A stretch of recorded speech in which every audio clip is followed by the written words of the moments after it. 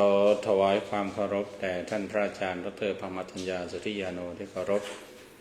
ขอโอกาสพระอาจารย์ดร.ณรงค์ บุธิเมธีแล้วก็พระอาจารย์พระมหาวัชรินทร์อัคคการีปรริยนธรรม9ประโยคผู้ร่วมแสดงธรรมในยามค่ำคืนนี้ทั้งสองท่านแล้วก็ขอแสดงความเคารพนับถือแด่ครูบาอาจารย์ทุกๆรูปที่จะบังเอิญจะผ่านมารับชมรับฟังในภายหลังก็ตามแล้วก็ขอเจริญพรญาติโยมชาววัดพุทธปัญญาและญาติโยมทุกท่านที่รับชมรับฟังที่ภายในอุโบสถศาลาตอนนี้ก็ยังมีอยู่3ท่านตั้งแต่เริ่มต้นมีคุณโยมจุไรไกรสอนคุณโยมเทราหรือว่าโยมธีรนุชแสงวารีคุณโยมนิตยามาร์ติเนสแล้วก็โยมพะเยาตอนแรกว่าจะมาแต่ก็คงจะเหนื่อยมีงานตั้งแต่เช้าจนค่ำคืนก็ยังไม่เสร็จก็เป็นอุบาสิกาผู้ มีกิจมากในค่ำคืนนี้ก็เป็นค่ำคืนของการทำธรรมสมโภชเนื่องในวันสำคัญทางพุทธศาสนาตามประเพณีของวัดพุทธปัญญาเราจะมีการธรรมสมโภชเนื่องในวันสำคัญทางศาสนาทุกๆวันแล้วก็ธรรมสมโภชในวันพระช่วงเข้าพรรษานี่ก็จะได้เริ่มฤดูกาลแล้วล่ะเนี่ยก็ถือว่าวันนี้ เป็นวันเปิดปฐมฤกษ์สำหรับฤดูกาลของพ.ศ. 2569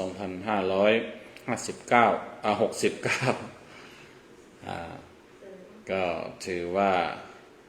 จะต่อเนื่องแล้วก็รายการถ่ายทอดสดของเราก็จะแน่นมากยิ่งขึ้นพรุ่งนี้เช้าถ้าตามวันเวลาที่อาจารย์ได้แจ้งไว้หลังทำวัดเช้าเราก็จะมีการฝึกพูดภาษาอังกฤษฝึกพูดธรรมะเป็นภาษาอังกฤษนะก็อาตมาก็ว่าจะได้เป็นองค์แรกคือเป็นการกล่าว introduction ทั่วไปก่อนคงจะได้ประมาณนั้นเพราะว่าวันนี้คงนอนดึกแล้วเนี่ยพรุ่งนี้เช้า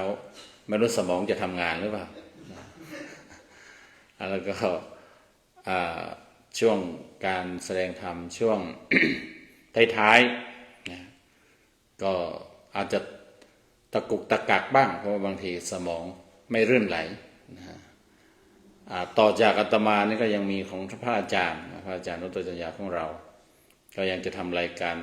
จนถึงรุ่งเช้าตามที่ท่านแจ้งนะก็ท่านใดที่ยังมีความเพียรหรือว่ายังไม่ง่วงก็สามารถที่จะติดตามรับชมรับฟังท่านพระอาจารย์ได้นะอยู่เป็นเพื่อนท่านได้หรือว่าจะพักจะผ่อนยังไงก็ได้ทั้งนั้น ก็เราได้ฟังมา2ท่านท่านแรกท่านพระมหาวัชรินทร์อัคคการีท่านก็ได้แสดงเป็นภาษาอังกฤษนะก็เป็นการฝึกพูดภาษาอังกฤษด้วยนะได้เรียนรู้เรื่องภาษาอังกฤษแล้วก็เป็นการเปิดโอกาสให้ญาติโยมชาวต่างชาติได้รับรู้เข้าใจเรื่องราวด้วยก็แล้วแต่ท่านจะสะดวกท่านชอบอย่างนั้นถนัดอย่างนั้นก็ทำได้ท่านพระอาจารย์ดร.ณรงค์ท่านก็พูดในเชิงเปรียบเทียบวันอาสาฬหบูชาแบบไทยแล้วก็ทิเบตก็ได้รับชมรับฟังกันไปอาตมาตอนแรกก็ฟังอยู่นะว่าถ้าหากว่าทั้งสองท่านพูดไปหมดแล้วก็จะพูดวันใกล้เคียงก็คือวันต่อเนื่องกันก็คือวันเข้าพรรษาเรื่องราวของการเข้าพรรษาแต่ว่าถ้าตามที่ฟังดูนะฟังบ้างไม่ได้ฟังบ้างนะ คือสลับไปดูข้อมูลนั่นนี่นะเนี่ยก็ดูเหมือนว่ายังไม่ ครอบคลุมเสียทั้งหมดหมายถึงว่าเรื่องเกี่ยวกับวันอาสาฬหบูชาก็ยังพูดกันไม่หมดยังไม่โคเวอร์กันทั้งหมดก็เลยจะต้องมาร่วมแจมนะร่วมแจมร่วมเก็บกวาดทุกสิ่งทุกอย่างเลยเกี่ยวกับวันอาสาฬบูชาวันอาสาฬบูชาก็เป็นวันสำคัญวันหนึ่งที่ชาวพุทธไทยเราได้ถือปฏิบัติทำการบูชากันมานอกจากถ้านับตามวันเวลาก็คือวันมาฆบูชาวันเพ็ญเดือน3เป็นวันแรกเป็นวันที่พระพุทธเจ้าแสดงโอวาทปาติโมกข์และวันที่2ก็คือวันวิสาขบูชาวันเพ็ญเดือน6วันที่พระพุทธเจ้าท่านรำลึกถึงพระเจ้าในแง่ของเหตุการณ์ประสูติตรัสรู้ปรินิพพานก็เป็นวันที่2และวันนี้ก็เป็นวันที่3คือวันอาสาฬบูชาคือเป็นวันที่พระเจ้าแสดงปฐมเทศนาวันเพ็ญเดือน8จริงๆวันที่ชาวพุทธรู้กันทั่วไปเนี่ยมีแต่วันวิสาขบูชานะฮะส่วน วันอื่นอาจจะมีชาวพุทธอินเดียเนี่ยเขายังถือว่าวันอาสาฬบูชาเนี่ยเขาถือว่าเป็นวันพระธรรมหรือว่าวันธรรมจักรปวัตนสูตรเนี่ยเขาก็พอรู้อยู่ตามที่อาตมาทราบนะได้เกี่ยวข้องตอนที่ไปเรียนที่อินเดียได้ไปร่วมกิจกรรมกับชาวพุทธขบวนการของชาวพุทธยุคใหม่ตามแบบของขบวนการของดร.เอมเบตกาเนี่ยเขาก็ยังถือว่าวันธรรมจักรปวัตนสูตรเนี่ยเขายังเรียกอย่างนั้นเขาไม่เรียกวันอาสาฬบูชานะก็รู้กันแค่2วันนี้แหละคือวันวิสาขะคือวันพุทธชยันตีวันเกิดพระพุทธเจ้าเนี่ยแล้วก็วันธรรมจักรส่วนวันมาฆะเนี่ยเขาไม่รู้เพราะว่าเป็นวันที่ชาวพุทธไทยเรากำหนดขึ้นมาวันมาฆะนี่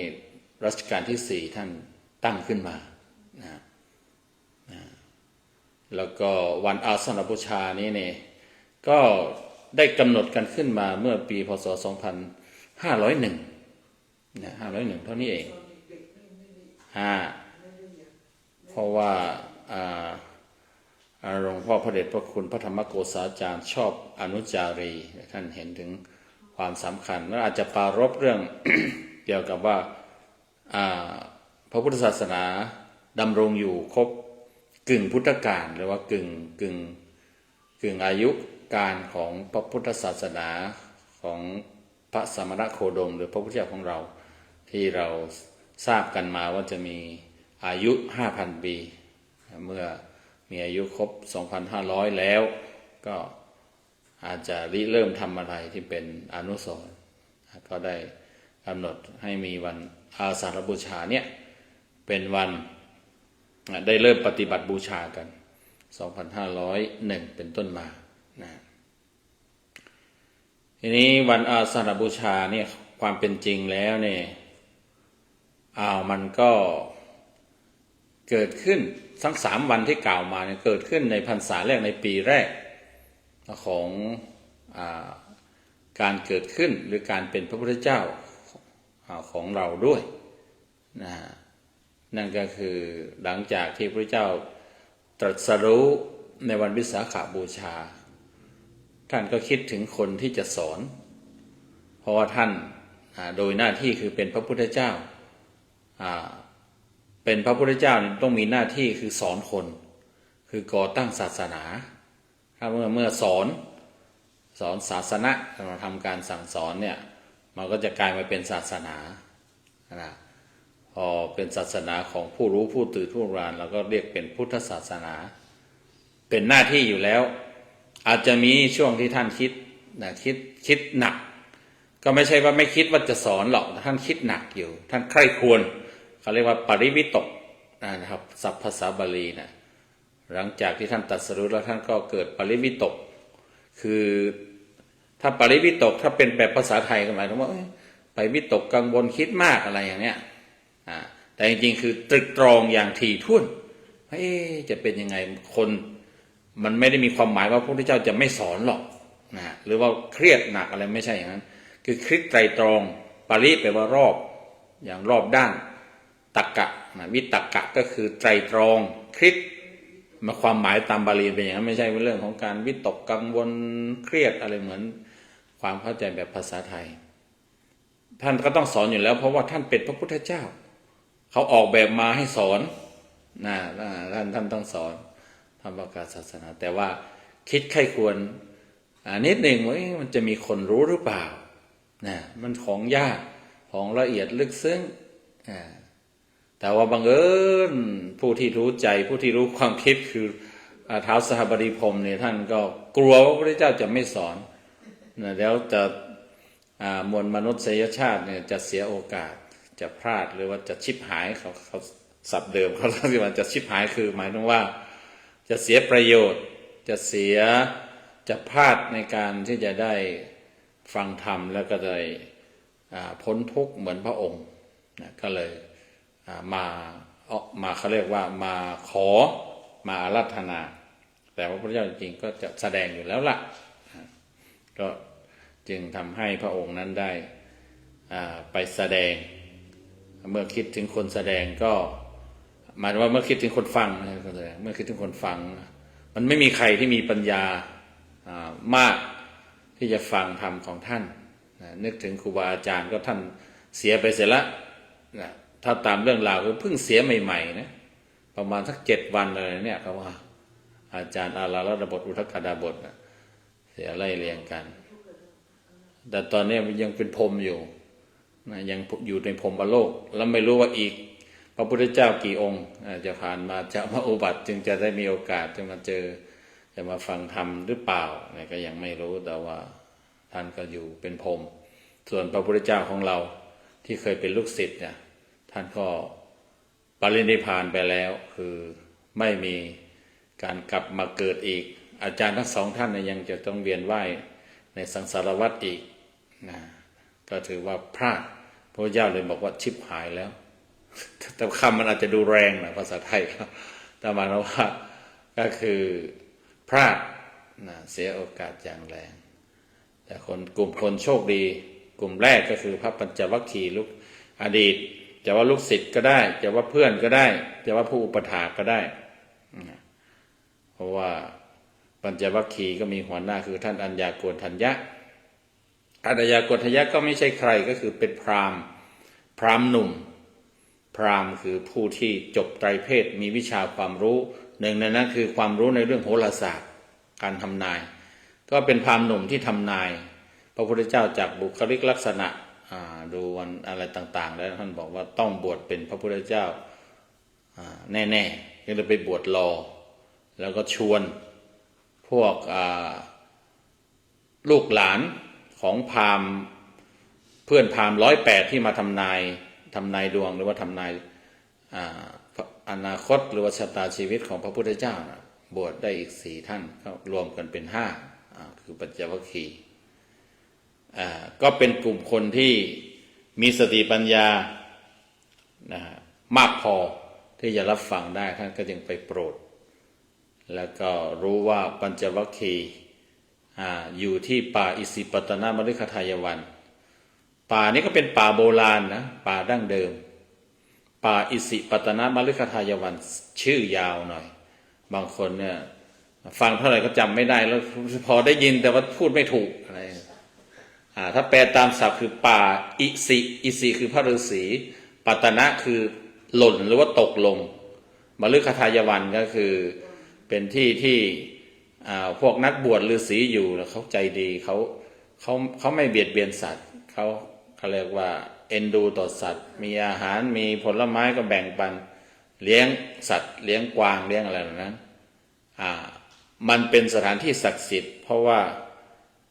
พระปัจเจกพุทธเจ้าหรือนักพจน์ที่มีฤทธิ์นี่เหาะมาแล้วก็ตกลงที่นั่นคือชาวบ้านเขาเห็นถ้าปัจจุบันนี้เราก็มองเหมือนเราเห็นเครื่องบินลอยไปลอยมาบินไปบินมาสมัยอดีตคนมีพลังจิต นะพวกนักบวชพวกที่นักพจน์อะไรต่างๆเขามีพลังจิตสูงจิตที่ฝึกแล้วเนี่ยมันสามารถที่จะใช้ประโยชน์คือทำให้เหาะเหินเดินอากาศได้เหมือนนกเลยนะบินไปเป็นกลุ่มบางทีพระปัจเจกพุทธเจ้าก็คือ เรื่องนี้เขาไม่ได้พูดพระปัจเจกพุทธเจ้านะฮะเขาใช้คำว่าฤาษีก็แสดงว่าคือพวกนักพจน์พวกฤาษีก็คือนักบวชชนิดหนึ่งที่ฝึกจิตแล้วไปอยู่ในที่ป่าอันสงบสงัดหรือหาถ้าเขารู้ว่าที่ไหนมันมีนักบวชฤาษีด้วยกันมาชุมนุมมานัดพบปะอะไรกันหรือมีโอกาสเจอกันเขารู้กันแล้วป่านี้ก็เป็นที่รู้กันอันนั้นเนี่ยเขาก็เหาะมาเพื่อจะมาเยี่ยมเยือนกันหรือมาหาที่สงบอะไรอย่างนั้นแหละได้พักพาใกล้บ้านใกล้เมืองหน่อยชาวบ้านเขาเห็นฤาษีนี่เหาะมาแล้วก็หล่นวูบหรือว่าท่านคือลงที่นั่นเหาะลงแล้วก็หมายถึงว่าเครื่องบินมันลงที่นั่นท่านก็จอดลงที่นั่นเขาก็เลยเรียกว่าป่าอิสิปตนมฤคทายวันแถวนั้นฤาษีอยู่ฤาษีก็เอ็นดูสัตว์คนชาวบ้านเขาก็บอกว่าเป็นที่ที่ฝึกพัฒนาจิตใจฝึกเมตตาอะไรก็ไม่ไปล่าสัตว์ไม่ไปฆ่ากวางเกิงอะไรทั้งนั้นนะก็พระพุทธเจ้าก็ตามมาโปรดที่นี่เมื่อมาโปรดที่นี่ก็จึงได้ เขาเรียกว่าได้สถานที่ชาวพุทธเราก็ได้มีสถานที่เกิดสถานที่แห่งหนึ่งสถานที่สำคัญแห่งหนึ่งนับเป็น1 ใน 4ของสถานที่ที่ชาวพุทธเราควรจะไปเยี่ยมเยียนก็คือปายสิตนมฤคทายวันต่อมาก็เรียกว่าธรรมเมฆสถูปนะมีสถานที่สำคัญคือธรรมเมฆสถูปหมายถึงว่ามีสถูปคล้ายๆเป็นเจดีย์ใหญ่สถูปใหญ่เป็นอนุสรณ์แห่งการเห็นธรรมะของพระอัญญาโกณฑัญญะแล้วก็ของเพื่อนอีก4 ท่านที่ตามบรรทัดมาที่ตรงนั้นปัจจุบันก็อยู่ที่เมืองสารนาถใกล้กับเมืองสาวัตถีไม่ใช่ใกล้เมืองพาราณสีสาวัตถีก็เป็น1 สถานที่ที่พระพุทธเจ้าแสดงธรรมเทศนาปฐมเทศนาแสดงธรรมเนี่ยครั้งแรกเนี่ยก็เป็นที่1 ในสังเวชนียสถาน4 แห่งที่1ก็คือพุทธคยาต้นโพพุทธคยาเป็นที่ตรัสรู้แห่งที่ถ้าไล่เรียงตามอายุการก็ต้องบอกว่าแห่งแรกก็ต้องคือสวนลุมพินีวันที่ในป่าณปัจจุบันนี้ที่เป็นที่ประสูติของท่านแล้วก็พุทธคยาต้นโพเป็นที่ตรัสรู้แล้วก็ที่3นี่แหละก็คือปายสิปตนมฤคทายวันหรือว่าธรรมเมฆสถูปณปัจจุบันนี้เป็นสังเวชสถานแห่งที่3แล้วก็แห่งที่4ก็คือกุสินาราเมืองเป็นที่ปรินิพพานของพระพุทธเจ้าเนี่ยเพราะพระพุทธเจ้าได้แสดงธรรมสอนโปรดปัญจวัคคีย์ที่นั่นก็เกิดสถานที่สำคัญในปัจจุบันนี้เป็นร่องรอยทางประวัติศาสตร์นอกจากนั้นยังถ้าไปปัจจุบันมันก็มีวัดมีอะไรที่สมัยพระเจ้าอโศกสร้างขึ้นร่องรอยโยมจุไรไปมาแล้วเนาะคิดว่าโยมกำลังจะถามว่าโยมไปนะก็ไกลจากพุทธคยาไปบ้างไม่ได้ไปกุสินาราแต่จำได้ว่าไปที่ธรรมเมฆสถูปปายสิปตนมฤคทายวันเมื่อปีก็เราก็ต้องพูดให้ข้อมูลเชิญชวนหน่อยเผื่อโยมเทราโยมนิตยาอยากจะไปนั่นแหละ ความเป็นจริงแล้วเนี่ยในวันเขาบอกว่าในวันที่พระพุทธเจ้าแสดงปฐมเทศนาเนี่ยแผ่นดินสั่นสะเทือนนะเขาเรียกว่าแผ่นดินไหวนะมันเป็นจัดเป็น1 ในเหตุการณ์สำคัญที่มันเกี่ยวข้องกับพระโพธิสัตว์หรือพระพุทธเจ้าเนี่ยหมายถึงว่ามันมีเหตุแห่งการเกิดแผ่นดินไหวอยู่8 อย่างนะส่วนมาก6 อย่างเนี่ยจะเกี่ยวข้องกับพระพุทธเจ้านับตั้งแต่ท่านก้าวล่วงสู่คันประสูติ ออกบวชตรัสรู้แสดงธรรมปรินิพพานเนี่ยจะเกิดแผ่นดินสั่นสะเทือนอีกสองอย่างนั้นก็จะมีผู้มีฤทธิ์บันดาลคนที่มีพลังจิตมีฤทธิ์เนี่ยบันดาลแล้วก็เกิดแผ่นดินไหวได้นอกจากนั้นก็อีกอย่างหนึ่งคือเกิดเพราะเหตุตามธรรมชาติคือดินน้ำลมไฟเนี่ยมันแปรปรวน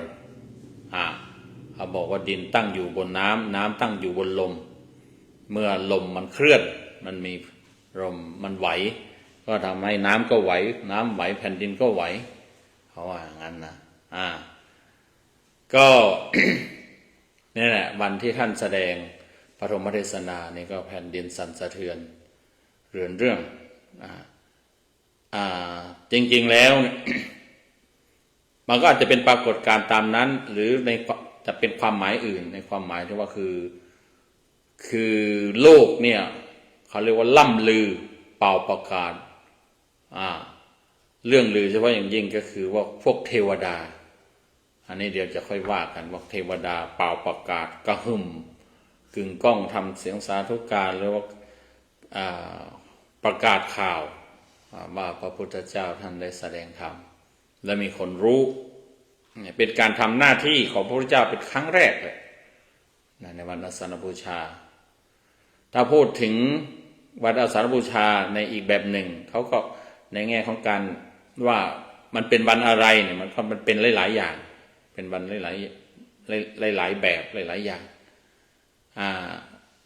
จะเรียกว่าเป็นวันที่พระพุทธเจ้าแสดงปฐมเทศนาก็ได้คือเทศครั้งแรกหรือว่าแสดงธรรมจักรกับปวัตตนสูตรนี่ก็ถูกหรือเมื่อมีการแสดงธรรมมัจจกับปวัตตนสูตรแสดงธรรมครั้งแรกเนี่ยก็ทำให้เกิดพระสงฆ์รูปแรกในพุทธศาสนาคือท่านอัญญาโกณฑัญญะเนี่ยหลังจากฟังธรรมแล้วก็เกิดได้ดวงตาเห็นธรรมแล้วขอบวชเมื่อมีการบวชก็เกิดพระสงฆ์ขึ้นมาก่อนหน้านั้นมีแต่พระพุทธเจ้ากับพระธรรมเนี่ยยังไม่มีพระสงฆ์ยังไม่มีพระรัตนตรัยครบทีนี้พอมีพระสงฆ์ก็เรียกว่าเป็นวันพระสงฆ์เป็นวันเกิดบางทีเขาเรียกว่าเป็นวันที่พระสงฆ์อุบัติขึ้นเป็นรูปแรกหรือบางทีก็เราก็เรียกต่อเนื่องกันไปเลยว่าเป็นวันที่พระรัตนตรัยครบทั้งสามคือมีพระพุทธพระธรรมพระสงฆ์ครบแต่ว่าเมื่อถ้าพูดกันอีกแบบหนึ่งวันอาสาฬหบูชาเนี่ยถ้าไล่เรียงกันมานะวันวิสาขบูชานี่เป็นวันพระพุธเพราะว่าเรื่องเกี่ยวกับข้องกับพระพุทธเจ้าโดยตรงประสูติตรัสรู้ปรินิพพานนะฮะส่วนวันพระธรรมพระสงฆ์เนี่ยมันจะระหว่างวันอาสาฬบูชากับวันมาฆบูชาเนี่ยมันสลับกันได้แล้วแต่สูตรถ้ากำหนดให้วันอาสาฬบูชาเป็นวันพระธรรมเนื่องจากพระพุทธเจ้าแสดงธรรมจักรกับปวัตตสูตรอันเป็นสูตรสำคัญเนี่ยเป็นปฐมเทศนาเนี่ยวันมาฆบูชาก็เรียกว่าเป็นวันพระสงฆ์เพราะกำหนดด้วยการกำหนดเอาว่ามีพระสงฆ์ 1,250 รูปเนี่ยมาเข้าเฝ้าพระเจ้าหรือถ้าหากว่ากำหนดเอาวันอาสาฬบูชาเนี่ยเป็นวันพระสงฆ์เพราะว่าเกิดพระสงฆ์รูปแรกคือพระอัญญาโกณฑัญญะเกิดขึ้นขอบวชในพุทธศาสนาเกิดพระสงฆ์รูปแรกเมื่อเป็นวันพระสงฆ์แล้วเนี่ยวันมาฆบูชาก็กลายเป็นวันพระธรรมเพราะถือเอาว่าพระพุทธเจ้าแสดงโอวาทปาติโมกข์แสดงหัวใจอันเป็นคำสอนหลักคำสอนโดยรวมโดยย่อของพระพุทธศาสนาอันนี้มันก็สลับกันได้แล้วแต่ถ้าจะหมายถึงว่าถ้าพูดในแง่ว่าถ้าจะถือวันสำคัญถ้าจะเรียกวันสำคัญให้มันครบตามพระรัตนตรัยเนี่ยวันพระพุธวันพระธรรมวันพระสงฆ์ก็ให้เราเข้าใจอย่างนี้เข้าใจอย่างนี้แต่ถ้าหากว่าเราไม่ได้มองในสูตรนี้ก็อย่างที่บอกไปจะบอกว่าวันอาสาฬหบูชาคือวันที่พระเจ้าแสดงปฐมเทศนาคือวันที่พระสงฆ์รูปแรกเกิดขึ้นในโลกคือวันที่พระรัตนตรัยครบทั้ง3ประการใดๆก็เขาเรียกได้ทั้งนั้นนะฮะ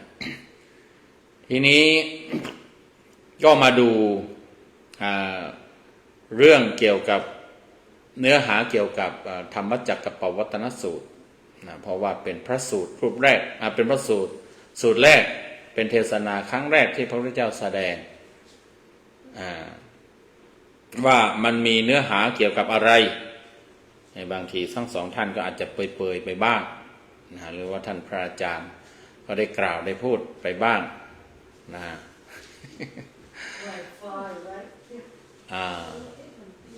นึกว่าค้นหาธรรมะ หรือว่าค้นหาทางวันธรรมจักรพรรดิวันอาสาฬหบูชาเป็นวันที่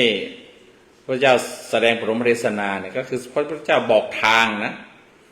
ธรรมะเนี่ยคือเป็นเรื่องทางเดินชีวิต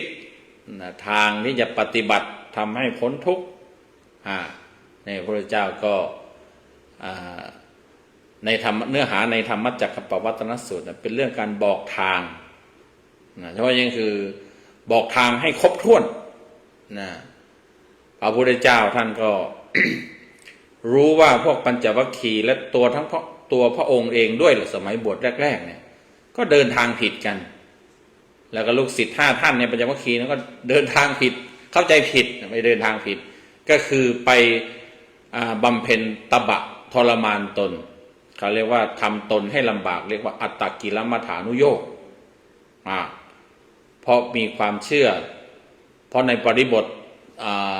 สมัยนั้นเนี่ยนักบวชต่างๆเนี่ยเขาก็คิดค้นกันไปว่าทำยังไงจะหลุดพ้นนะเขาพยายามที่จะเอาชนะใจแต่ว่าเขามองผิดเข้าใจผิดเขาบอกว่าถ้าเอาชนะกายได้มันก็ต้องเอาชนะใจได้ดังนั้นถ้าสมมติว่าทำอะไรยากๆนะหมายถึงว่าเราเริ่มจากเอากายเนี่ยเป็นเครื่องมือเราจะเอาชนะใจก็มีหลายอย่างทรมานตนยืนขาเดียวยืนยกแขนกำมือกำอะไรต่างๆเราเคยมีข้อมูลใช่ไหมเขาบอกว่ากำมือจนกำไว้อย่างนั้นจนเล็บทะลุออกมาหลังมืออย่างเนี้ยเขาก็บอกว่าเขาทนได้เมื่อทนได้ก็แสดงว่ากำลังใจมันแข็งแกร่งกำลังใจอาจจะแข็งอยู่แข็งแกร่งอยู่แต่ว่ามันไม่เกิดปัญญามันถ้าจะเป็นระดับสมาธิก็คือเป็นสมาธิแบบผิดเหมือนกันนะเป็นสัมมาสมาธิเป็นมิจฉาสมาธิคือเป็นสมาธิที่ผิดคือมีพลังจิตจดจ้องปล่อยวางเวทนาอดทนได้แต่มันคือมันไม่ได้มีปัญญามันไม่เกิดปัญญามันเลยไม่เป็นสัมมาคือเอาเพียงแค่ว่าให้ตัวเองมีพลังจิตสามารถที่จะข่มเวทนาไว้ได้ซึ่งมันไม่ใช่เป้าหมายของสมาธิแบบถูกต้องแบบพระพุทธศาสนาสมาธิแบบพระพุทธศาสนาคือมันจะต้องมีปัญญาอย่างที่ท่านว่ามันต้องมีศีลเป็นพื้นฐานก่อนแล้วก็นำไปสู่เป้าหมายคือทำให้เกิดปัญญาทำให้เป็นอุปกรณ์ทำให้จิตเนี่ยมันมีความพอดีมันมีพลังมันมีความตั้งมั่นมันมีความเหมาะเขาเรียกว่าเหมาะแก่การเอาไปใช้งานอะไรก็คือใช้งานพิจารณาหาความจริงทำความเข้าใจความจริงเพื่อให้เกิดปัญญาความจริงเกี่ยวกับโลกเกี่ยวกับชีวิตเนี่ยมันจึงจะเป็นสัมมานะฮะก็ถ้ามันถูกต้องจริงมันจะต้องนำไปสู่ไปสู่การพ้นทุกข์เกิดปัญญาแล้วก็ดับทุกข์ได้ถ้าหากว่าปฏิบัติไปเพื่อให้คิดว่าคนอื่นมองว่าเก่งสามารถที่จะมีพลังจิตสูงทนทานความเจ็บปวดอะไรได้หรือแม้กระทั่งว่ามีเจตนาฝึกเพื่อให้อยากให้มีฤทธิ์มีเดชพวกเนี้ยก็ถือว่าเป็นมิจฉาสมาธินะเพราะมันเสื่อมได้พวกเนี้ยหรือบางทีเอาไปใช้ในทางผิดก็มีเอาไปใช้ในทางเบียดเบียนคนอื่นหวังลาภสักการะอะไรต่างๆแล้วเนี่ยเขาเรียกว่าเป็นมิจฉาสมาธิถ้าไม่มีเจตนาให้เกิดปัญญาให้ดับทุกข์เนี่ยให้เห็นความจริงให้ปล่อยวางหลุดพ้นเนี่ยมันก็เป็นมิจฉาสมาธิอันเนี้ย ดังนั้นพระพุทธเจ้าเขาก็ ไปลองดูไปฝึกไปอะไรหลายๆอย่างแหละหนึ่งในนั้นที่เรารู้กันก็คือว่าเรื่องอดอาหารเราจะไม่ตอบสนองร่างกายแล้วมันหิวก็ไม่ให้มันกินลองดูสิมันบางทีคือบางทีเขาก็อาจจะเชื่อว่ากิเลสนี่มันเกิดจากการมีกายนะเราก็ไปสนองนั่นสนองนี่นะ ดังนั้นถ้าหากว่าเราเอาชนะกายได้มันก็น่าจะเอาชนะกิเลสได้นะเหมือนเหมือนเขาบอกว่า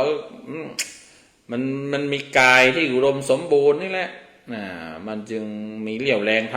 ำบาปทำกรรมอะไรต่างๆเราทรมานมันไม่ให้มันมีเรี่ยวมีแรงดูสิกิเลสมันจะหมดพระพุทธเจ้าไปลองดูว่ามันกิเลสมันไม่หมดลมหายใจเราจะหมดซะก่อนท่านก็ไปเข้าใจว่าโอ้กิเลสมันอยู่ในใจมันไม่ได้อยู่ที่กายท่านก็เลยเปลี่ยนมาดูแลร่างกายก็คือทานข้าวทานอาหารทานอะไรจนเป็นเหตุทำให้ลูกศิษย์ปัญจวัคคีย์มองโอ้เกิดความอยากเกิดอะไรแล้วเนี่ยไม่ฝึกไม่พัฒนาไม่หาทางตรัสรู้แล้วก็เลยหนีพระองค์พอพระองค์รู้ความจริงแล้วก็จึงตามมาสอนตามมาบอกสิ่งแรกก็คือว่าบอกสิ่งที่เข้าใจผิดนี่พระพุทธเจ้าก็ทเวเมภิกขเวอันตาไม่ใช่เทวเมนะทเวเมที่อาจารย์ท่านอธิบายเมื่อกลางวันภาษาบาลีทเวเมภิกขเวอันตาคือบอกว่ามันมีทางสุดโต่งสองทางซึ่งเป็นทางผิดหนึ่งก็คือทรมานตัวเองนี่แหละทรมานตัวเองให้ลำบากที่ท่านเคยทำแล้วก็ท่านปัญจวัคคีย์ก็ร่วมทำกันด้วยหรือคนอื่นๆนักบวชสมัยนั้นทำกันอยู่เนี่ยไม่มีประโยชน์อะไรเลยท่านบอกทุกโขอนัตริโยก็คือไม่มีประโยชน์อะไรเลยอนัตถัสสันหิโตอนัตริโยคือไม่ประเสริฐไม่ได้ดีอะไรอนัตสันหิโตก็คือไม่ประกอบด้วยประโยชน์อะไรที่สำคัญคือทุกโขคือเป็นทุกข์เปล่าๆท่านไม่ให้ไปทำควรจะหลีกเลี่ยงอันนี้เป็นทางผิดทางที่สองก็คืออะไรล่ะกามัสสุขาริกานุโยโคก็คือว่าการตอบสนองความสุขทางเนื้อหนังมังสาทางร่างกายเต็มที่ก็ไม่ถูกต้องเหมือนกันหมายถึงว่าการไปบำรุงบำเรอร่างกายทำให้เรานั้นติดอยู่ในวัตถุติดวัตถุทำให้เรานั้นพัวพันอยู่กับวัตถุก็ไม่ดีการปล่อยชีวิตให้ติดความสุขก็ไม่ดีมันจะไปทำให้เราติดในสิ่งที่ชอบอาการนี้หมายถึงว่าสิ่งที่ชอบสิ่งที่น่าใคร่น่าพอใจน่ายินดีก็คือหมายถึงว่าติดรูปติดเสียงติดกลิ่นติดรสนี่แหละถ้าไปหลงไหลติดพวกนี้ก็ไม่ดีทำให้เรานั้นงมงายมัวเมาหลงไหลขันจะไปทรมานปฏิเสธไม่ตอบสนองไม่ดูแลร่างกายไม่ดูแลชีวิตอะไรพวกนี้มันก็ไม่ถูกเหมือนกันพระเจ้าจึงเสนอทางเลือกใหม่ทางถูกต้องทางที่ถูกต้องคือเรียกว่าทางสายกลางใช่ไหมมัชฌิมาปฏิปทาในทางสายกลางสองทางนั้นมันสุดโต่งไปมันเคร่งไปมันเครียดไปมันสุดโต่งทีนี้การพระองค์ก็แสดงทางสายกลางทางสายกลางนี่บางทีเราก็ยังไม่เข้าใจไม่ใช่เข้าใจได้ง่ายนะบางทีมันจะเป็นยังไงนะทางสายกลางระหว่างดื่มเหล้ากับไม่ดื่มเหล้าเนี่ยมันถ้าทางสายกลางก็คือดื่มบ้างพอดีดื่มเป็นระยะอะไรอย่างนั้นหรือเปล่ามันไม่ใช่นะบางทีคือทำเต็มที่นี่แหละทำให้มันพอดีคือว่าทำให้ถึงคำใหม่คำปัจจุบันมันมีคำหนึ่งที่เขาใช้คำว่าทำถึงใช่ไหมฮะเวลาคนทำอะไรได้ที่อลังการหรือว่าเพียบพร้อมเนี่ยเขาเรียกว่าทำถึงไม่เคยได้ยินเหรอเหรอเอาก็ได้ยินซะอย่างเช่นว่าใครจัดงานจัดอะไรเนี่ยจัดแสดงคอนเสิร์ตจัดแสดงมหกรรมจัดแสดงกีฬาอะไรต่างๆเนี่ยเขาเรียกว่าทำถึงหมายถึงว่าทำอย่างยิ่งใหญ่ทำได้สมบูรณ์แบบทำได้ประสบความสำเร็จอะไรเนี่ยเป็นที่ยอมรับเป็นเขาเรียกว่าทำถึงอันนี้มัชฌิมาปฏิปทาในบางทีไม่ใช่ว่าย่อๆหย่อนๆนะกลางๆไม่เคร่งเครียดไปไม่หย่อนยานไปเอาพอดีกลางๆอะไรนี่ผมก็ไม่ใช่นะอย่างที่จะว่ายังไงมันมีตัวอย่างอะไรอีก แต่ว่าจริงๆคือทำให้มันถึงมันก็เป็นทางสายกลางเหมือนกันไม่ใช่ว่ามันอยู่กลางๆระหว่าง อะไรเคร่งเครียดไปกับหย่อนยานไปนะก็เหมือนจะเป็นอย่างนั้นอยู่ความหมายมันก็จะถูกอย่างนั้นอยู่เหมือนกันแต่ว่าต้องเข้าใจให้ถูกให้เป็นนะอย่างทำสมาธิอย่างนี้สมมติว่าเขาบอกว่าบางคนว่า นั่งสัก4-5 นาที10 นาทีมันน้อยไปบางคนบอกนั่ง1 ชั่วโมงมันมากไปเราเอาแค่30 นาทีก็แล้วกันอย่างนี้มันก็ไม่ใช่อย่างนั้นนะมันวัดกันยังไม่ได้บางทีคืออาจจะนั่งหลายชั่วโมงก็ได้ แต่ว่าให้มันคือมันพอดีสำหรับคนนั้นสำหรับจิตของเขาที่มันพัฒนาไประดับหนึ่งที่มันสามารถที่จะให้พลังจิตให้พลังสมาธิเนี่ยต้องเป็นพลังระดับ2 ชั่วโมง2 ชั่วโมงหลายชั่วโมงอะไรเป็นพื้นฐานแต่สำหรับฝึกเบื้องต้นเราก็อาจจะ30 นาทีก็กำลังดีหรือชั่วโมงก็กำลังดีก็แล้วแต่มันมีขอบเขตมันมีนิยามอะไรของมันอยู่เหมือนกันทีนี้พระพุทธเจ้าก็บอกทางสายกลางในที่นี้ก็คือหมายถึงว่ามันเป็นทางถูกจุดสำคัญเนื้อหาสำคัญลักษณะโดดเด่นของมันก็คือว่าคือมันต้องเป็นสิ่งที่ถูกต้องมีความถูกต้องนะถ้ามันจะเป็นทางสายกลางแสดงว่ามันมีความถูกต้องถ้าเราคิดว่าเราเดินทางสายกลางแล้วเนี่ยมันจะต้องเกิดสิ่งดีๆเกิดความถูกต้องเกิดความดีงามขึ้นมานี่พระพุทธเจ้าก็กำหนดไว้เลยบอกว่าถ้าเป็นเรื่องของความถูกต้องแล้วเนี่ยมันจะต้องมีความถูกต้องอยู่8 ประการมันจึงจะครบถ้วนน้อยกว่านั้นก็ไม่ได้มากกว่านั้นก็ไม่ใช่นะมันก็มีความถูกต้อง8 ประการถูกต้องแรกก็คือว่าเห็นถูกต้องเห็นถูกต้องเข้าใจถูกต้องที่เรียกว่า right understanding right view right understanding ก็คือเข้าใจถูกมองถูกอันนี้ใช่ก็คือเนี่ยถ้ามันเป็นมัชฌิมาปฏิปทาก็คือมันต้องเป็นทางที่ถูกต้องถ้ามันเป็นเรื่องทางถูกต้องมันก็คือทางถูกต้องที่มันมีองค์ประกอบอยู่8 ประการทางนั้นมันมีทางเดียวไม่ใช่มีหลายทางไม่ใช่มี8 ทางนะแต่มันมีทางเดียวแต่ว่ามันมีองค์ประกอบอยู่8 ประการนั้นจะถึงเรียกว่าอริยมรรคมีองค์8อริยมรรคก็คือมรรคมรรคก็คือหนทางอริยะคือ noble ก็คือประเสริฐมีองค์8ก็คือประกอบไปด้วย consists of 8 factors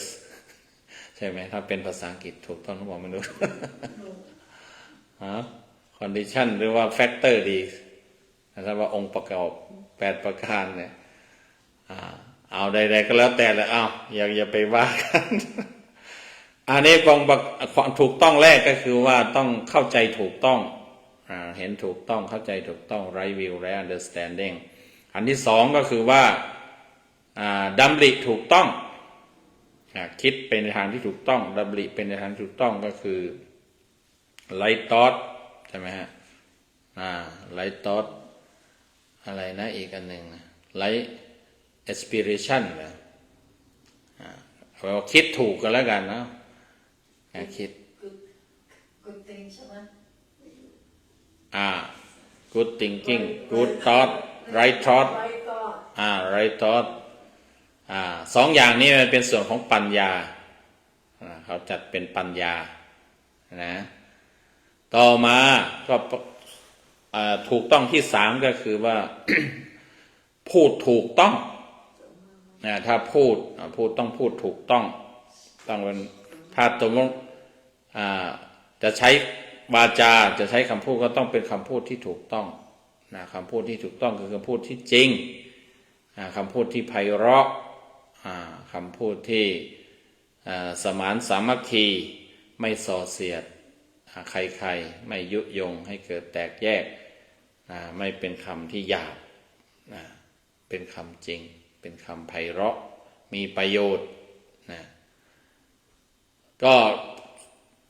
ต่อไปความถูกต้องประการที่4ก็คือว่า ทำถูกต้อง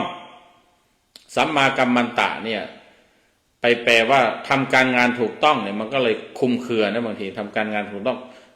มันก้ำกึ่งมันคล้ายๆจะเป็นสัมมาอาชีวะสัมมาอาชีวะคือมีอาชีพถูกต้องเลี้ยงชีวิตถูกต้องกัมมันตะทำการงานก็เหมือนกับว่าทำอาชีพแต่จริงๆเนี่ยแปลว่าคือทำถูกต้องเนี่ยจะชัดกว่ากัมมันตะแปลว่าจริงอยู่ภาษาบาลีแปลว่าการงานแต่ว่าความหมายนี้การงานทางกายคือการกระทำทางนี่มันต้องถูกต้องการกระทำถูกต้องก็เอา3 ข้อเป็นข้อแรกนะก็คือว่า ไม่ฆ่าไม่เบียดเบียนใครพวกนี้ไม่เข็นฆ่าใครนะแล้วก็ไม่ขโมยไม่เอาของใครแล้วก็ไม่ล่วงละเมิดบุคคลหรือสิ่งของที่คนอื่นเขารักนะอันนี้ก็เรียกว่าทำถูกต้องนะเป็นข้อที่เท่าไหร่โยมข้อที่4นะข้อที่5ถูกต้องที่5ก็คือว่ามีอาชีพถูกต้องนี่แหละแต่ทีนี้คำว่าอาชีวะเนี่ยเขาเรียกว่าเป็นอยู่อย่างถูกต้องก็ได้นะอาชีวะคือดำรงชีวิตอยู่อย่างถูกต้องอันนี้ดำรงชีวิตอยู่อย่างถูกต้องถ้าในแง่ของการประกอบอาชีพนะเขาก็เลยมองเป็นว่ามีอาชีพเลี้ยงชีวิตถูกต้องนะก็คือเป็นเรื่องของการประกอบทำการงานต่างๆที่สุจริตที่ถูกต้องนะแต่ว่าความหมายในแง่หนึ่งก็คือว่ามีชีวิตอยู่อย่างถูกต้องดำรงชีวิตอยู่อย่างถูกต้องก็มีหลายแบบอย่างเช่นว่าเขาจึงบอกว่าควรจะบอกว่าเป็นอยู่อย่างถูกต้องคือถ้าเป็นนักบวชอย่างเนี้ยเขาไม่มีอาชีพเนี่ยจะไปทำการทำงานมีอาชีพก็ไม่ใช่แต่หมายถึงว่าดำรงชีวิตแบบนักบวชให้ถูกต้องถ้าเกี่ยวกับเรื่องของการแสวงหาอาหารก็ต้องแสวงหาในทางที่ถูกไม่ได้ไปร่อลวงไม่ได้ไปขโมยไปเชิญชวนไปอะไรใดๆนะทำให้ถูกถ้าเป็นนักเรียนเนี่ยเขายังไม่มีอาชีพเนี่ยเขาจะมีมรรค8 ข้อนี้ได้ยังไงถ้าไปบอกว่ามีอาชีพทำการงานอะไรพวกนั้นก็คือเป็นนักเรียนก็คือเป็นอยู่เขาเรียกว่าทำหน้าที่ของความเป็นนักเรียนให้ถูกต้องก็คือว่าตั้งใจเรียนเคารพครูบาอาจารย์อันนี้เขาก็มีสัมมาอาชีวะนะไม่คดไม่โกงเวลาสอบเวลาอะไรต่างๆนะอย่างนั้นน่ะถ้าเป็นเด็กเป็นอะไรอย่างเนี้ยเขาก็ต้องมีสัมมาอาชีวะคือเป็นอยู่แบบเด็กตามฐานะตามนักเรียนหรือเป็นลูกเป็นอะไรเนี่ยก็ทำหน้าที่เป็นลูกที่ดีลูกที่น่ารักเนี่ยเขาเรียกว่าเขามีสัมมาอาชีวะเป็นอยู่ของเขาอันนั้นเป็นสามีภรรยาอะไรก็เป็นอยู่ให้ถูกต้องตามหน้าที่สัมมาอาชีวะเหมือนกันหรือถ้าหากว่าในแง่ของการหาปัจจัย4ทำงานหาปัจจัย4เพื่อที่จะเลี้ยงชีวิตเลี้ยงครอบครัวก็ดูก็คือเว้นอาชีพที่มันทุจริตประกอบอาชีพที่สุจริตก็เป็นสัมมาอาชีวะข้อที่5ใช่ไหมข้อที่6ความถูกต้องประการที่6ก็คือจะต้องมีความพยายามความภาคเพียรพยายามที่ถูกต้องความเพียรนี้จะต้องเป็นองค์ประกอบอย่างหนึ่งในการที่จะเดินทางถ้าไม่ขยันถ้าไม่มีความเพียรนี่มันไม่ก้าวหน้านะมันเดินทางไม่ถึงปลายทางแต่นี้มันก็ต้องเพียรถูกเพียรไปในทางที่ถูกขยันแต่ขยันทางที่ผิดมันก็ไม่ประสบความสำเร็จนะขยันปล้นขยัน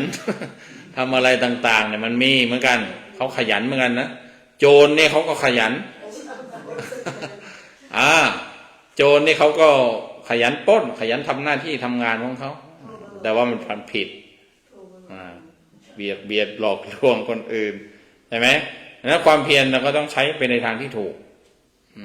ก็คือถ้าทางที่ถูกเนี่ยพระพุทธเจ้าบอกว่า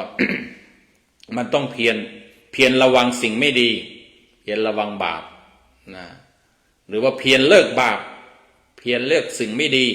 พยายามแล้วก็เพียรเลิกสิ่งไม่ดีเอามาก็พยายามที่จะสร้างหรือว่าทำสิ่งดีสร้างสิ่งดีใช้ความเพียรพยายามในการทำสิ่งดีสร้างสิ่งดีความดี แล้วก็พยายามที่จะรักษาความดีเอาไว้เราดีความดีถ้าไม่รักษามันก็หายนะความขยันความอะไรล่ะ เอื้อเฟื้อเผื่อแผ่ความมีน้ำจิตน้ำใจพวกนี้บางทีมันมีเหตุแปรปรวนมันเป็นอนิจจังได้มันมีเงื่อนไขเหตุปัจจัยมานะต้องรักษาไว้นะรักษาเหมือนกันถ้าไม่รักษามันหายนะความขยันเนี่ยถ้าไม่ขยันต่อเนื่องเนี่ยมันขี้เกียจมันก็เข้ามาแทรกได้นะฮะหรือว่าถ้าเราใจดีก็ดีตลอดบางทีมันมีใจร้ายมันมีเหตุทำให้ใจร้ายต้องรักษาพยายามรักษาใจดีเอาไว้ใช่ไหมอันนี้เขาเรียกว่าเพียรชอบนะคือขยันถูกต้องไม่ได้ขยันผิดต่อมาข้อที่7ถูกต้องที่7ก็คือ สัมมาสติก็คือระลึกรู้นะระลึกไปในทางที่ถูกต้องระลึกนึกได้ในทางที่ถูกนึกว่าจะทำความดีนึกว่าจะถวายพระนึกว่าจะสวดมนต์นึกว่าจะทำทานนึกว่าจะประลบความเพียรเนี่ยเขาเรียกว่านึกถูกแต่ถ้านึกได้ว่าจะต้องไปปล้นจะต้องไปเที่ยวจะต้องไปอะไรที่มันแย่ๆอะไรนึกจะทำสิ่งเหล่านั้นได้อันนี้ก็เรียกว่าเป็นมิจฉาสติระลึกในทางที่ผิดมีสติมีสติรู้เท่าทันก็เป็นสัมมาได้ถ้าขาดสติก็จะเรียกว่ามิจฉาก็ได้มิจฉาสติก็ได้ก็คือว่าสติมันผิดไปแล้วมันเพี้ยนไปแล้วแต่ว่าความหมายก็คือถ้ามันผิดมันก็แสดงว่า เราระลึกไปในทางที่ผิดนะระลึกรู้ไปในทางที่ผิดแต่นี้ว่าระลึกรู้ไปในทางที่ถูกในทางที่ถูกก็คือระลึกเพื่อที่จะทำให้เกิดการฝึกฝนพัฒนาจิตใจพัฒนาชีวิตพระเจ้าก็บอกให้ระลึกนึกเกี่ยวกับเนี่ยกายเวทนาจิตธรรมที่มันเกี่ยวกับชีวิตเราเนี่ยมันมีส่วนที่เป็นกายเคลื่อนไหวรับรู้อะไรยังไงรู้ความจริงของมันของสวยของงามไม่งามอะไรใดๆก็รู้หรือมันเคลื่อนไหวไปยังไงมันเกิดอะไรกับร่างกายก็รู้กายบางทีในร่างกายเนี่ยมันมีความเกิดความรู้สึกเพราะเรายังมีชีวิตอยู่เกิดเวทนาเรียกว่ามีความรู้สึกขึ้นมาบางทีมันสุขมันทุกข์มันร้อนมันเย็นอะไรใดๆเนี่ยเราก็รู้ระลึกรู้ให้ทันนะไม่หลงไม่อะไรไปตามเวทนาเหล่านั้นนะแล้วก็บางทีชีวิตเรา ถ้ามันยังมีชีวิตอยู่มันมีส่วนหนึ่งที่ประกอบอยู่ก็คือว่ามันมีจิตกายกับจิตมีเป็นชีวิตที่มีเคลื่อนไหวดำรงอยู่ได้ก็ดูระลึกรู้ดูที่จิตเนี่ยระลึกรู้จิตตัวเองว่าเป็นยังไงจิตในขณะนี้จิตมันดีหรือไม่ดีจิตเกิดความโลภหรือว่าไม่โลภจิตความหลงไม่หลงจิตดีใจเสียใจอะไรใดๆอันนี้ก็ไปดูและในจิตนั้นเนี่ยมันเขาเรียกว่ามันมีสิ่งที่เกิดขึ้นกับจิตมีสิ่งปรุงจิตเกิดขึ้นกับจิตภาษาธรรมะเขาเรียกว่าธรรมภาษาศาสนาเรียกว่าธรรมก็คือ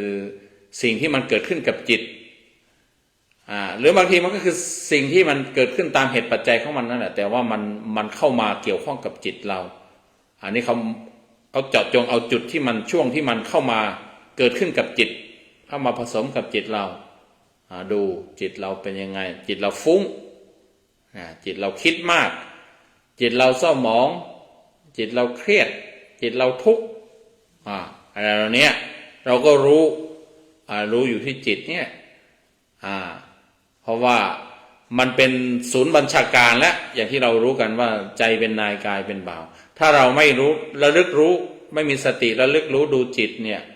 ทันจิตเนี่ยบางทีมันจะจิตเราจะพาเราไปพาเราพูดพาเราทำพาเราไปไหนต่อไหนถูกบ้างผิดบ้างก็แล้วแต่แหละสุขบ้างทุกข์บ้างก็จะเป็นอย่างนั้นแต่ถ้าหากว่าเราระลึกรู้ทันจิตเนี่ยเราก็จะมีเวลาหยุดคิดมีเวลาที่จะไข้ควรดูว่าสิ่งที่มันเกิดขึ้น กับจิตเนี่ยมันคืออะไรจิตกับสติอะไรคือความ different ก็จิตก็คือตัวเขาเรียกว่าตัวทำงานเป็นที่เป็นสี่ภาคคือเวทนาคือทำงานเกิดความรู้สึกเวลาทำงานแล้วแกจำได้รู้สึกรู้จำ จำได้ก็เป็นเวทนาเป็นสัญญารู้คิดรู้ปรุงแต่งก็เป็นสังขารรู้ชัดรู้ครอบคลุมรู้ทั่วก็เป็นวิญญาณส่วนสตินี้ส่วนสติก็เป็นเขาเรียกว่ามันเป็นสิ่งที่เกิดขึ้นกับจิตมันเป็นธรรมะที่เกิดขึ้นกับจิตแต่ว่ามันก็ปรุงจิตนั่นแหละจิตเฉยๆบางทีจิตไม่มีสติก็มีใช่ไหมฮะจิตไม่มีสติไม่มีระลึกได้ก็คือทำเผลอๆพังพลาดอันนี้เพราะมันไม่มีสติแสดงว่าตัวสตินั้นมันก็เป็นอีกตัวหนึ่งก็คือเป็นธรรมะเป็นสภาวะอีกอันหนึ่งเป็นกุศลธรรมที่ไปประกอบจิตก็กลายเป็นทำให้จิตมีสติจิตเป็นกุศลจิตมีธรรมะมันก็จะบอกว่ามันพูดยากถ้าเทียบนะสมมติว่าน้ำเนี่ยมันคือจิตทีนี้สมมติว่าโยมหยอดสีลงไปสีแดงลงไปนี่น้ำที่เห็นมันใสๆนะกลายเป็นอะไรกลายเป็นสีแดงทีนี้ไอ้สีแดงกับน้ำเนี่ยมันแทบจะแยกกันไม่ออกมันก็อยู่ด้วยกันนั่นแหละนะก็คือเหมือนกับว่าสติก็คือน้ำไม่ใช่จิตคือน้ำจิตคือน้ำคือมันมีธรรมชาติดั้งเดิมของมันเป็นทำหน้าที่บางคราวก็รู้สึกบางคราวก็รู้จำบางคราวก็รู้คิดบางคราวก็รู้ชัดอะไรขึ้นมาแต่ว่าเมื่อมันมีเกิดสติก็คือจิตมันก็จะมีทำหน้าที่ได้ดีทำหน้าที่ระลึกรู้ได้ดีควบคุมจิตหมายถึงว่าทำให้จิตเนี่ยทำงานไปในทางที่ถูกต้องระลึกรู้ไปทางที่ถูกต้องระลึกรู้ทันกายทันเวทนาทันจิตทันธรรมมันแยกกันไม่ได้นะเพราะว่ามันเป็นคุณลักษณะของมันสติเป็นคุณลักษณะของจิตสติรู้สึกมันสำคัญกว่าจิตใช่ไหมสติสำคัญกว่าจิตถูกต้องพูดอย่างนั้นก็ถูกต้องนะเพราะว่าถ้าจิตไม่มีสติก็คือจิตยังไม่มีคุณภาพจิตยังไม่เป็นกุศลสติถ้ามันไม่ใช่แค่สติอย่างเดียวแหละถ้าสมมติว่าถ้าสมมติจะทำให้สงสัยขึ้นมาว่ามันเหมือนมันอันเดียวกับจิตหรือเปล่ามันคนละอันหรือคนละบางทีเราก็เป็นสมาธิล่ะมันอันเดียวกับจิตไหมปัญญาล่ะมันอันเดียวกับจิตไหมมันก็จะสงสัยไปเรื่อยจริงๆมันก็คือมันเป็นธรรมที่เกิดขึ้นกับจิตเป็นกุศลธรรมที่เกิดขึ้นกับจิตแล้วมันพอมันเกิดขึ้นกับจิตแล้วมันก็เป็นอันเดียวกันมันเหมือนกับน้ำกับสีเนี่ยนะพอมันมีสีเข้าไปแล้วมันก็เห็นกลายเป็นลักษณะเป็นสีแดงใส่สีอื่นมันก็เป็นสีนั้นเหมือนกับจิตเนี่ยพอเติมอะไรเข้าไปเติมขันติเติมเมตตาเติมสมาธิเติมสติเติมอะไรเข้าไปมันก็จะมีหน้าตาเป็นแบบนั้นมีบุคลิกมีฟังก์ชันที่จะทำงานในด้านนั้นของมัน See, when I think about state, I think that is you know what right from wrong, you know, like you. สติมาทำให้เราระลึกสติมาทำให้เราระลึกได้ว่าเรากำลังคิดอะไรกำลังจะพูดอะไรกำลังจะทำอะไรกำลังจะคิดอะไรเนี่ยสติมันระลึกแล้วทีนี้จากนั้นเนี่ยมันก็ทำงานร่วมกับธรรมะข้ออื่นเมื่อมันระลึกได้แล้วทีนี้มันจะเกิดการรู้ตัวอรสัมปชัญญะรู้ทั่วรู้ว่ามันเป็นอะไรมันรู้ชัดมันรู้เพียบพร้อมกันแล้วมันก็กลายเป็นจะบอกว่ามันเป็นปัญญาในตัวก็ได้สัมปชัญญะเนี่ยบางทีเขาก็จะจัดเป็นปัญญาหรือบางทีเขาก็มองว่าเมื่อมีสติแล้วก็ทำให้เกิดปัญญาสติมาปัญญาเกิดอย่างที่เขาว่ากันจริงๆมันก็คือถ้าแยกย่อยลงไปคือมันมีสติระลึกได้ก่อนมันมีสัมปชัญญะไข้ควรพร้อมก่อนแล้วก็มันจะเกิดปัญญาคือรู้ทั่วรู้ชัดขึ้นมาก็มันเบื้องหลังหรือว่าความโยงใยมันก็จะมีธรรมะอะไรแล้วมันก็มาจบที่สัมมาสติสัมมาสมาธิอันสุดท้ายนะความถูกต้องอันที่8ก็คือต้องมีความตั้งมั่นมีจิตที่ตั้งไว้ถูกทีนี้ความตั้งมั่นเนี่ยสมาธิมันแปลว่าความตั้งมั่นมันไม่ใช่สงบอย่างนั้นแต่ว่าเมื่อมันตั้งมั่นคง มันก็มีอาการหนึ่งที่โดดเด่นก็คือว่าสงบบางทีเขาพอเป็นสมาธิเราก็นึกถึงแต่ความสงบแต่ไม่แน่สมาธิที่มันแอคทีฟอยู่ในบางทีมันไม่ใช่ว่าไปเงียบไปเข้าภวังค์เหมือนนิ่งอะไรอย่างนั้นอย่างนั้นมันจริงๆมันก็บางทีมันยังเป็นจัดเป็นมิจฉาสมาธิได้เหมือนกันเหมือนบางทีสมาธิแบบฤาษีชีภัยนักบวชอะไรอื่นๆบางทีบางท่านบางองค์ที่ฝึกไปแล้วมันไปเข้าล็อกเขาเรียกว่าเข้านิ่งเงียบอะไรอย่างนี้อย่างนี้มันก็ยังไม่ถูกดีมันอาจจะมีส่วนถูกอยู่บ้างแต่มันยังไม่เป็นสัมมาทีเดียวถ้าสัมมาก็คือว่ามันจะต้องต่อยอดเป็นพื้นฐานสมาธิมันเป็นพื้นฐานของปัญญาก็คือคุณก็ต้องรู้จัก ทำสมาธิของคุณเนี่ย ให้เป็นประโยชน์ถอนมาใช้งานเขาบอกว่าคือรู้จักคลายจิตคลายจิตออกมาก็ยกขึ้นไปสู่ปัญญาที่เขาว่ากันยกขึ้นปัญญาหรือยกขึ้นสู่วิปัสสนาเพื่อจะไข้ควรความจริงนะหรือบางทีไม่ถึงขั้นสงบแบบนั้นหรอกแต่จิตมันตั้งมั่นพร้อมที่จะใช้งานมันไม่ได้นิ่งเงียบรับรู้อยู่แต่ว่ารู้อย่างมั่นคงรู้อย่างเขาเรียกว่า จิตเนี่ยมันไม่วอกแวกจิตมันพร้อมเขาเรียกว่าอะไรเนี่ยมันมีความเคลื่อนไหวในความสงบนะมันไม่ใช่มีความสงบอย่างเดียวสงบนิ่งอย่างเดียวนั้นมันก็อาจจะยังไม่ใช่สมาธิแบบพุทธมันมีความสงบในความเคลื่อนไหวเนี่ยมันเป็นลักษณะของสมาธิอีกแบบหนึ่งนะมันเหมือนปัญจวัคคีย์เนี่ยมีสัมมาสติมีสัมมาสมาธินะคือมีจิตตั้งมั่นคือตั้งอยู่ในพระธรรมของพระพุทธเจ้าท่านไม่ได้หลับท่านไม่ได้เข้าสมาธินิ่งเงียบไม่รู้ไม่ชี้อะไรไม่ใช่ท่านมีสัมมาสมาธิก็คือมีจิตตั้งมั่นฟังเงี่ยหูฟังจิตนิ่งฟังมันจึงทำให้พร้อมที่จะใช้งานคือรู้ธรรมะที่พระพุทธเจ้าเทศน์พระพุทธเจ้าบอกนะก็ทำให้เกิด So is jit intention in English what is it จิตเหรอจิตก็ mind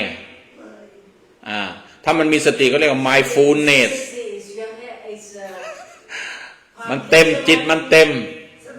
จิตมันระลึกได้สมาธิ is concentration concentration How about jit intention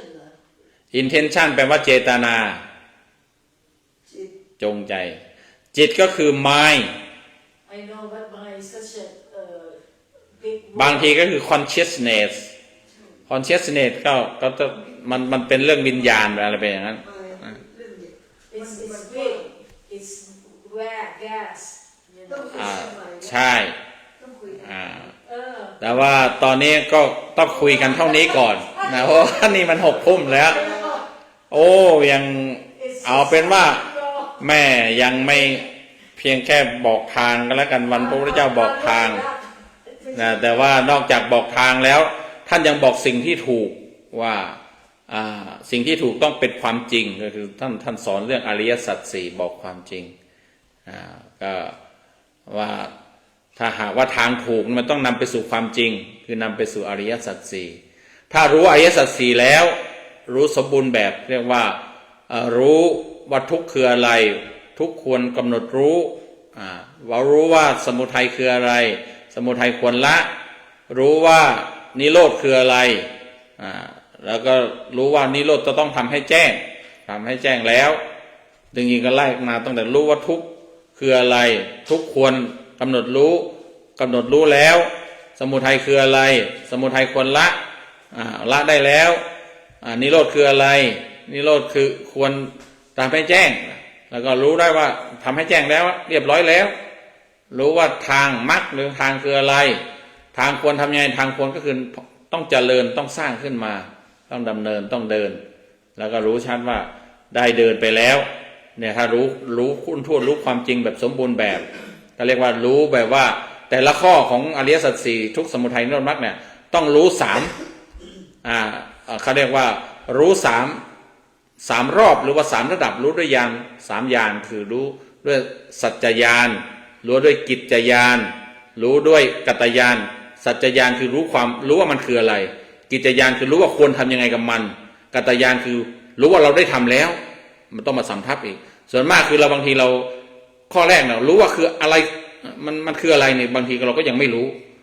ว่าจะทำยังไงกับมันบางทีเราไม่รู้เลยเนี่ยแล้วก็ไม่ต้องพูดถึงว่ารู้ว่าเราได้ทำแล้วเนี่ยบางทีมันยังไม่ถึงขั้นนี้หรือบางทีรู้ว่าคืออะไรรู้ว่าควรทำยังไงแต่ว่ายังไม่ได้การันตียังไม่ได้แอปพูฟว่าเราได้ทำมันเรียบร้อยแล้วมันก็เลยไม่เกิดผลแต่พระพุทธเจ้าท่านได้รู้ความจริงอริยสัจสี่เนี่ยแบบสมบูรณ์แบบเขาเรียกว่า3 รอบด้วยญาณ3เนี่ยเมื่อรู้แล้วก็รวมกันก็กลายเป็น12ลักษณะรู้ครบถ้วนจึงทำให้พระพุทธเจ้าประกาศตนว่าเราได้เป็นพุทธะถ้าหากเรายังไม่รู้อริยสัจสี่แบบนี้เรายังไม่เป็นพุทธะเรายังไม่ตรัสรู้อนุสรสมบทญาณเนี่ยเมื่อยืนยันอย่างนี้ท่านอายาโกณฑัญญะก็เลยได้ดวงตาเห็นธรรมและได้ชื่อใหม่ว่าพระโกณฑัญญะผู้มีดวงตาผู้ได้รู้แล้วอัญญาสิขึ้นมาอัญญาโกณฑัญญะแล้วก็ทำให้โลกนี่สั่นสะเทือนเทวดาเป่าประกาศตั้งแต่เทวดาบนพื้นดินไปจนถึงบนท้องฟ้าบนอะไรต่างๆจนถึงพรหมโลกนะแล้วก็เกิดแสงสว่างมหัศจรรย์อย่างสว่างไสวนะคนเป็นเนี่ยอัศจรรย์ใจมันก็เป็นจุดเริ่มต้นของการประกาศศาสนาแล้วก็ของการได้พระสาวกมาช่วยหรือที่ว่าได้พระสงฆ์เกิดขึ้นในพุทธศาสนาได้พระรัตนตรัยครบถ้วนก็เป็นเรื่องราวเกี่ยวกับวันอาสนบูชาเป็นวันแสดงปฐมเทศนาแสดงธรรมคือเรื่องทางดำเนินชีวิตก็ขอให้ทางที่ถูกต้องที่คุณโยมได้รับได้รู้ได้ฟังกันนี้จงเป็นเส้นทางที่นำชีวิตทุกท่านไปสู่ความพ้นทุกข์พบความสุขด้วยกันทุกท่านทุกคนเทอญอยู่ต้องรีบกลับลืม ไม่ใช่จะมาปิดเลย ลืมกินยา อ๋อทำนี้ Why don't you call